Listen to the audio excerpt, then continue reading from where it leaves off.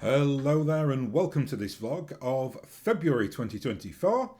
And first of all, just to give you a bit of an update on the channel, my house is still embroiled in the middle of a redevelopment.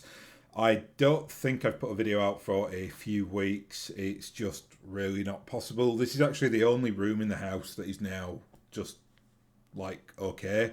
I'm basically camping up here at the moment. The rest of the house is missing walls and doors and ceilings and floors and all other kinds of things. So I kind of said to like the guys, I was like, just you do everything out there. Don't touch this room though. Not, and then we'll do a little bit's getting done to this room, but you probably won't see it because it's going to be all on the other side here. Um, Anyway, that's why I have not been recording.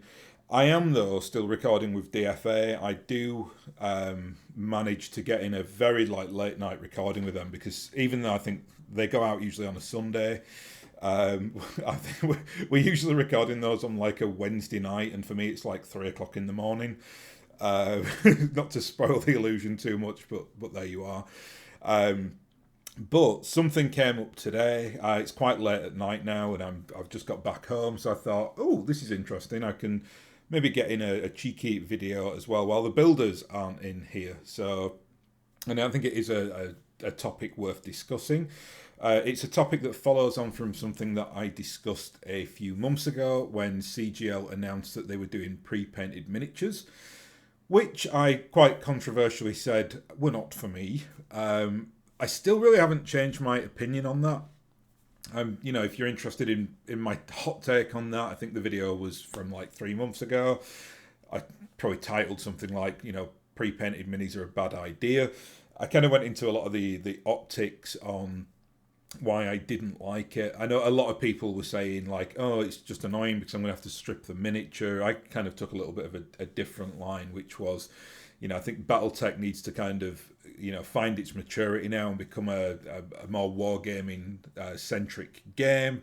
And I think that's really what most people want as well, especially like new hobbyists coming into the BattleTech space. But each their own. I know some people vehemently disagree with that. That's absolutely fine. We're only talking about paint jobs. It's not anything controversial or crazy. So there you are. Anyway, but following on from that, then what we've got today, the wonderful Ash at Guerrilla Miniatures, who I'll put the link to the video in the description because you'll be able to see everything that I'm talking about here. And now I'm just going to go through some like photos and then give my take on it from basically from Ash's video. Ash is kind of a regular like content creator when it comes to BattleTech, so it sounds like he's got like a tie-in with some people at CGL, and they send him things to review, and him and Jay like run BattleTech games, and yeah, just overall, Ash is a great guy anyway, and the channel's fantastic. So check them out if you haven't already. You'll definitely get a lot out of it because he's just a very fun guy. He's Ash. But again, I've got some like stills, and I'll talk through it and give my opinions on the paint job, what I think what that means. First of all, here is just a breakdown of the mechs that we get in this lance. So this is there are going to be 4 of these. There's going to be 1 a quarter. So this is the first one. When Ash was kind of doing the review, it's just in one of the standard boxes that we are used to now. The quality though in these, I think, looks pretty exceptional. Quite interesting because I think the quality that we are seeing on this drop here is really the kind of quality that we're going to be getting on the Kickstarter. Now, I think we've seen a little bit of that already. For instance, in the mercenary packs that have come out over the last like 18 months, I think the quality on those was a significant step up from, what we'd like seen previously. And I remember getting like the Hanson's Rough Riders pack, and like I think it's the Penetrator in that. It's just such a beautiful model. I just love it. I mean, I'm not a massive fan of the mech per se. I've used it a couple of times on tabletop, but I think I could very much be swayed to use it more because I just love the kind of design of it. It's kind of in an era as well, which I really do like. It's like that post clan invasion era, so the mechs look slightly different from the classic range, but you can just tell that whether it's, you know, like Anthony Scroggins and the designers, who are just kind of really in a just like a factory of quality now, just like getting these fantastic like designs out, or whether there's kind of been some improvements in the plastics process so they can do a little bit more, you know, like more elaborate things when it comes to the mech design.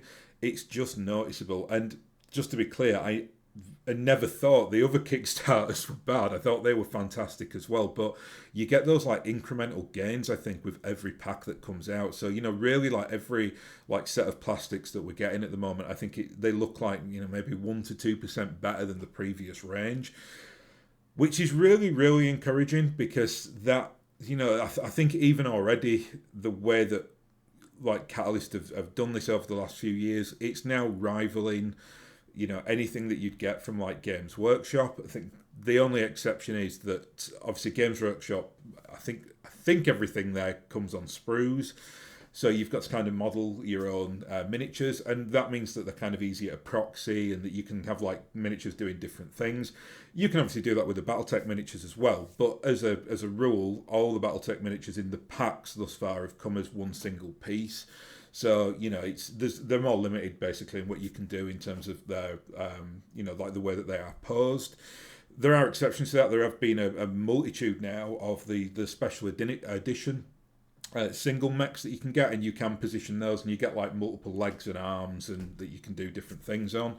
So it'd be interesting to see which direction they go in the future. I'm quite happy with them just having like fully assembled. Not happy with them doing fully painted, but you know, I won't go too far into the weeds on that one. We can talk about this painted miniature, which we are going to see in a second.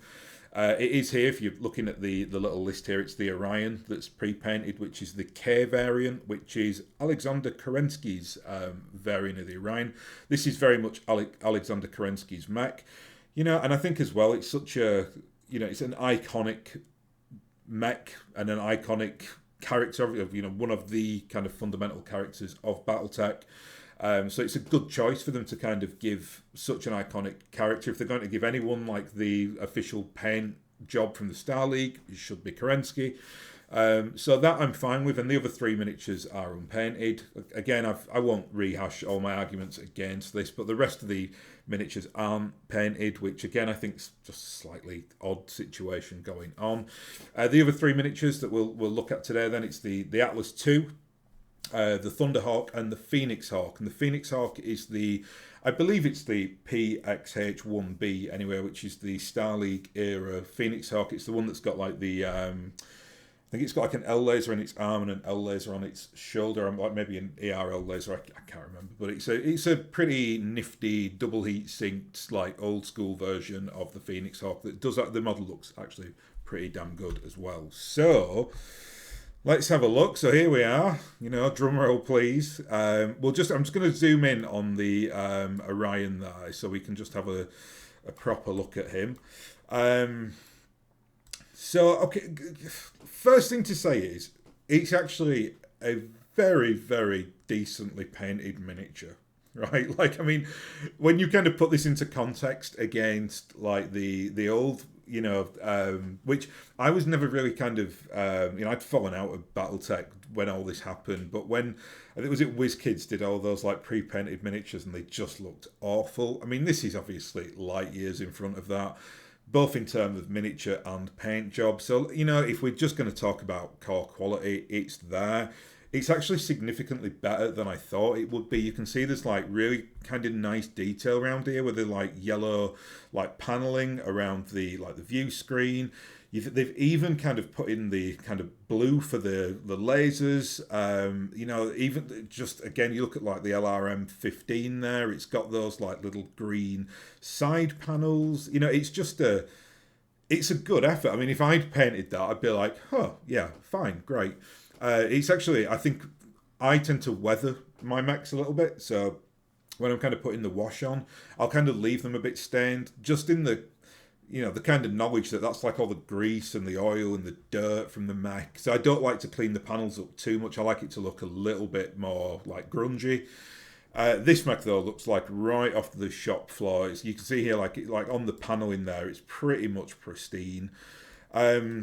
What I can't tell on this, is whether this kind of plastic is embedded as a colour, or whether, so for instance, which I'm very much doubtful it will be. So is this like, does it run that colour all the way through? In which case, if it does, then that's a really easy situation to solve in regards, you don't need to strip the mech. You just basically prime it because it's just plastic colour. I'm just going to say though, that looks to me like it has, been like, however they've done it, painted it, and it looks like it's got some kind of oil wash on there that's kind of seeped into the crevices. So that's interesting. We'll see what if you do paint it up a bit. I mean, I'm certainly going to get a couple of these, just again, maybe just out of interest, really, just to see what the kind of look and feel of this is.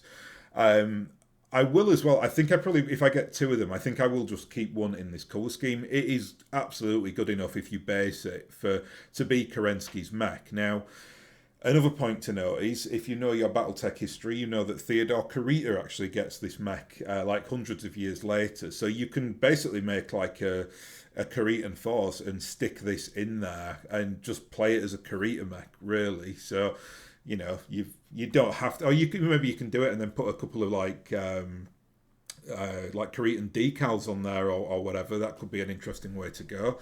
But again, going back to quality, I think it's really quite a sharp model. I knew it would be good. I had no fear that it would look like terrible. I didn't think they were just going to like spray paint it green or something. But it just looks professional. Like I said, if I'd have done that mech, it's something that I would have had to spend quite a bit of time over, I think. The one thing that we don't know is what kind of impact this has on price, because obviously to do things to this quality, you're probably going to have to add like an extra $5 onto the box set minimum. But who knows? We'll soon find out. I very, very quickly watched Ash's videos. So I wasn't even really paying attention. I was kind of taking screenshots. So I don't know. He may have talked about that in his video. So again, go and check that out. But yeah, if this is the kind of quality that we're going to get for the other 4 quarters, so that's I think we're getting the. Actually, I only know of one for sure, so I'll only talk about one of the painted miniatures that we are getting, which is the Direwolf, which is Victor Steiner Davian's, which is the Prometheus, if memory serves me correctly. And that'll be interesting to see how that kind of paint job looks, because unlike the Star League mechs, that might have which is always like this, this tan or this like olive drab, or the Star League is just like a major military, so it's all very much like greens and yeah. I mean, you can see there what the very much a Star League like paint scheme. This, whereas when you kind of get into those latter ages and you've got someone like Victor Steiner Davian, they might go a little bit more overtly interesting there on the paint job. So you might get something from like the Davian Guard. So it might be like blue with the white and red like singular trims down the centre. So, be interesting to see what they do on that. Again, because it is such an iconic mech, and because I do have like a lot of Davian Guards, might just keep that the same, just base it, and then like just fit it into the force. If this is the level of quality that's coming out, more than happy to kind of just have one. Then though, it starts to get slightly odd. Like the rest of the other painted paint schemes that we're getting, I think one of them is going to be the Savage Wolf, which is very much I think that's like Alaric Ward's mech, right, from like Wayne to the Ilk. Well, from where I usually play anyway, it's very, very much like 100 years in the future. So, and that'll be interesting. I mean, the Savage Wolf is basically just a very expensive, very elaborate timber wolf. Again, I do kind of dabble in Ilkhan now, though, so it's something. He's such an omnipresent character in that era. I probably would just keep it. The annoying thing is, though, if you buy like multiple of those packs because you want, several of each of the mechs, you're then going to just have the same paint job for multiple characters. So then you are either going to have to prime it or strip it, if you care about stuff like that anyway, and I do. So yeah, it's just it'd be a really interesting year, I think, with these dropping. These are obviously all done for the 40th anniversary of BattleTech, as you can see there on the box on this You can just see the art as well. I think that is Kerensky's Orion, possibly in the back. I don't think we can see it from here, but I don't know if that's like the arm or that might be something from the Atlas as well. I'm not too sure. The artwork's always great on the boxes. So there you are. There it is. Yeah, interesting to see. I've got another couple of pictures here because we're going to talk about the other mechs on show because for me they're actually far more interesting than the Orion in a lot of ways. Let's have a look at the Phoenix Hawk first of all. So I think we now have we must have 4 or 5 variants of the Phoenix Hawk knocking around now in the new plastics. I think one of them came in the Alpha Strike box. There's one in the the second Clan Invasion options. There's multiple ones. Anyway, I seem to have a lot of Phoenix Hawks. They even did one of the individual baggies that you could get with where you just had to kind of model it yourself. That's a really good miniature actually. I managed to get one of those. So that was quite a fun thing. But this is very much like I'm assuming it's like the Star League variant or the Royal variant. One of the Bs or something like that, and it's just got it's much more powerful than your regular Phoenix Hawk from the Succession Wars. So, keeps in themes well with the rest of this pack here, because what we've also got, and again, apologies for the quality of the picture here, but it's just been taken right off of YouTube. But we've got here the Atlas 2. And the Atlas 2 is an absolute monster. I love how first thing that I noted immediately was just how much its head looks like the Kodiak, which I find really interesting because I think there must be some kind of lore connection there that I'm sure I don't think it'll be anything official, but obviously the Kodiak is a clan mech, and it's like the clans made, it was Clan Ghostbear made their variant of the Atlas 2 and basically just reworked the head a little bit. So I think that's quite an interesting feature. In terms of this mech though, I just think it looks brilliant. It's one of those things, I know a lot of people criticise the original Atlas. Personally, I thought it was fine. It just looked a little bit too square on. I don't think you could, the pose was a bit lacking. They then though made other. You can get multiple Atlases now. There's one in the Alpha Strike box set. The Hanson's Rough Riders box set has one, and I think that those variants look better. The stances just look a little bit better, but this one looks like a real killer. It's got the. And I love these circular missile units that they're doing, which I presume that's for the. I can't remember the Atlas 2's loadout off the top of my head, but I'm guessing that's an SRM6. That I believe is an an LBX-10. So it's a real kind of geared up mech. But I just love its stance. It's got that call to action stance. It looks very, very intimidating. It's just a really, really great looking mech. I will be getting a couple of these as well for sure because, again, it's one of those. It's I suppose a slight irony that there is a metal variant of the Atlas 2 you can get, which doesn't look too dissimilar from this. That is also fantastic, but obviously it's in metal, so it does look very, very square on. But it's definitely one of the better metal models that you can get. But this is just a significant step up from that. And then finally, we have got, and just let me make sure what variant this is. So yeah, it's it's just a regular Thunderhawk then, which is the Gauss rifle variant, I presume. This is I tell you why I find this one interesting. This kind of, the Thunderhawk is a mech that very much comes from the the Star League era, but it's not a mech that you really see again until the post-Clan Invasion, when the Innisphere get the tech back to be able to basically retrofit these mechs and design them and get them on off the factory floors again. Interesting thing about a mech like this, it actually old Adam Steiner of BattleTech cartoon fame, I believe if my lore isn't failing me here, he upgrades his Atlas. His Axeman.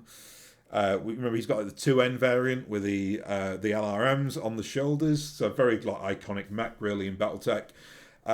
In the cartoon, he upgrades it for the Awesome. It's not actually true, although everyone knows that the cartoon is a not meant to be serious law anyway. But what he does upgrade to is eventually a Thunderhawk. So you can use this as Adam Steiner's, like, when he's like Archon or kind of, more senior person in the Lyran hierarchy, he does use a Thunderhawk. Why I find this an interesting mech, though, is when you kind of get into that 3055 running through to the end of the Fedcom Civil War era, there's lots of mechs that look like this. Like, it's obviously just like a quirk of the like Inner Sphere designs, where they've got these like round shoulders and they've got this like almost like a serpent-esque head. There are tons of like the old metal models that appear like this. You get things like the Emperor, looks like quite similar to that. A lot of clan mechs as well. I think, is it the I think off the top of my head, is it like the Nova Cat looks a bit similar, which is really, really great in terms of how the lore operates. Cause it's like the clans invaded, and a lot of salvage was like taken by the Inner Sphere, and they kind of used those like weird and wonderful clan designs and then incorporated them into the designs and chassis of like their retrofitted mechs. So I think, I can't guarantee it for sure, but it looks like it's where it comes from. And like anything with the Inner Sphere, it's all kind of, what can we do at like a major industrial level? Because you can definitely see here it's got like the awesome shoulder pads. So it's like, has that been incorporated into it? I mean, I'd have to go and read the TRO thing for it, but it does remind me a bit of an awesome. It's like an awesome with like an actual head as opposed to the shoulders that the awesome has. But this is a really nice looking mech. It's a good mech as well. It's a very, very solid mech. It's the Thunderhawk's quite dangerous mech. So there we are. That's the let me go back to the kind of main picture. There we are. So yeah, I think it bodes well. I'll be really interested to see what the quality's like on the other 3 box sets that are coming this year. Just a quick word on the Kickstarter. I think now, like with the advent of this, and there's obviously been no delays on this box set, if they've given it to Ash to review, that means it'll probably be coming to retail at some point in the US over the next few weeks. I think, we in international markets will probably get this in the summer, I'd imagine, maybe a bit later, though, there are ways and means to get things from the US if you really want them. I've noticed as well, if you are in Europe, there are a lot of German gaming stores that actually buy these en masse and then just sell them for like regular prices. So they must just kind of either get them in from Catalyst or whatever. We don't really get that in the UK. I don't know why. It might just be part of like the distribution networks from in like the hobby space, but it's like we tend to get them. It's like this happened with the Mercenary box sets, the Hanson Rough Riders, and the a couple of other of those Mercenary box sets only have gone on sale over the last like few months. I was lucky; I got someone to send them over from the US. But if you don't have that luxury, then you can. There are other options, is what I'm saying, and it won't cost you as much for shipping as it does from America. But this bodes well as well, I think, because it means that like the Kickstarter must be, really quite in a finished position now. I mean, I'm kind of expecting over the next few weeks we'll get some kind of advance warning on them getting on the ships. As you know, if you're following the news, that could be very interesting in of itself because shipping lanes are under attack at the moment. So I don't know what's going to happen there. You might find your Kickstarter at the bottom of the bottom of the Indian Ocean if you're unlucky. But I think that the chances of that would be quite remote. So I don't think there's too much risk, but it may cause delays. It does mean I think a lot of shipping companies are doing this. They're avoiding the Red Sea and they're kind of going right round the like the African Horn, which is going to add a lot of potential delays, but also potential expense. Because I don't know about anyone watching this, I've still not paid my shipping, so I'm expecting some kind of invoice for that and for VAT, which is. I don't know, it's VAT a British thing? Value added tax, basically. So it's just the extra, whatever it is, 17.5% you pay on goods and services. So I'll be getting that nice bill shortly, given how much Kickstarter I bought. But yeah, I think they did say June initially. I would imagine, I mean, let's say it gets on ships around like mid-March. I don't think June. I think it will get to the distribution hubs by June if this is the plan with it. I don't think we're going to get them at our doorstep though for some time yet. You might do in America. I'd be really surprised at this juncture because we've not heard anything. I'd be actually very surprised if I'm seeing it before like August, September. There's been like lots of mixed messaging. Like you hear people saying, "Oh, I think they're doing it earlier" or whatever. Clearly, that's not happened, and that's fine. I mean, I think I've said this multiple times before. I've still got like well over 100 mechs to paint, so I'm gonna be getting things like this as well. So I'll be up to my ankles in mechs, and that's fine. Um, I'm also the only thing that I'm slightly intimidated about is that I recently signed up to the Conan Kickstarter, and I love Conan.